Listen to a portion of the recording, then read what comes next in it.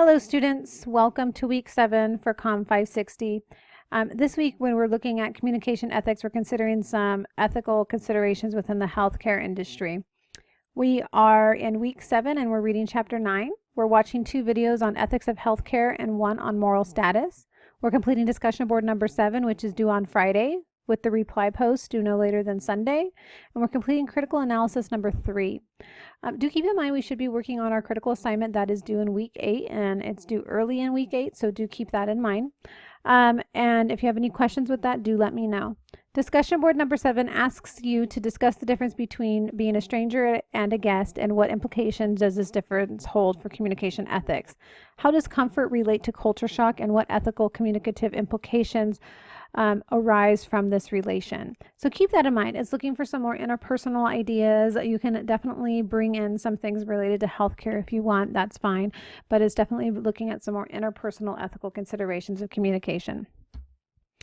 Critical analysis number 3, this is the prompt. The analysis itself is the same structure as the other two, so I'm not going to focus as much on that and focus more on the prompt. So this prompt here is asking you to look at the ethical considerations regarding withholding information. So researchers at the NIH, which is the National Institutes of Health, have discovered readily available low-cost over-the-counter drugs that can significantly reduce the incidence of fatal heart attacks if it's taken. Generally, the drug is safe even when taken, and the dose is necessary to reduce heart attacks, although some patients may experience intestinal discomfort as a result of daily use of the drug. So it goes on to tell you some side effects about it. Currently, information about the value of the drug in reducing heart attacks cannot be advertised because it's not approved through the government. However, individual doctors are allowed to provide advice about the drug to their patients individually, but not on a national scale. So the NIH, which is the governmental agency that evaluates and distributes health information but doesn't sell anything, has the authority to recommend changes to medical advertising. Several NIH researchers want to launch a communication campaign to immediately encourage the largest number of people to begin using this treatment. A few physicians suggest that the information on the side effects should be left out of the campaign materials.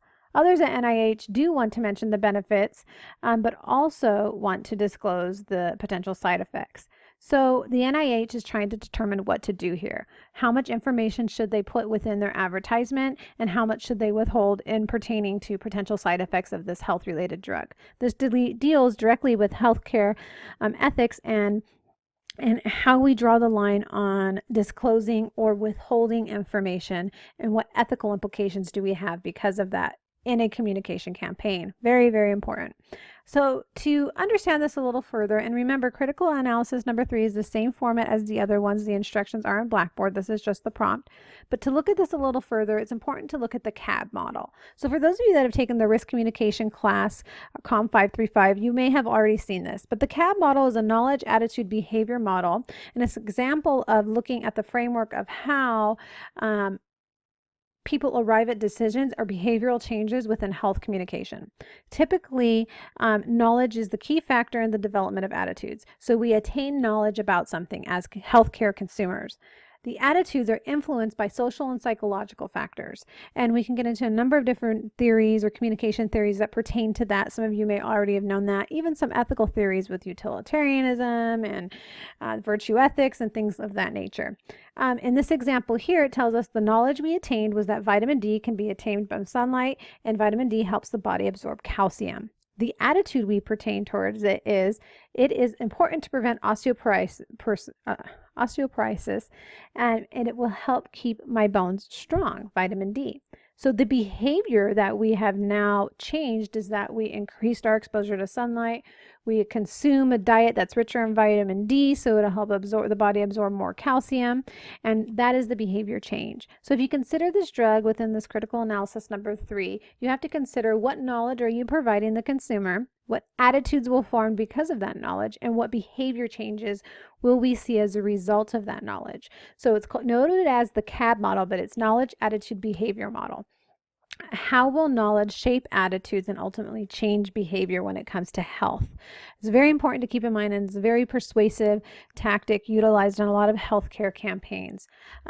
To wrap up, we are reading chapter 9. We're watching some videos on the ethics of healthcare, as well as discussion board number 7 and critical analysis number 3. Be working on your critical assignments due next week, and if you have any questions, please reach out to me. I pray you all have a blessed week. God bless.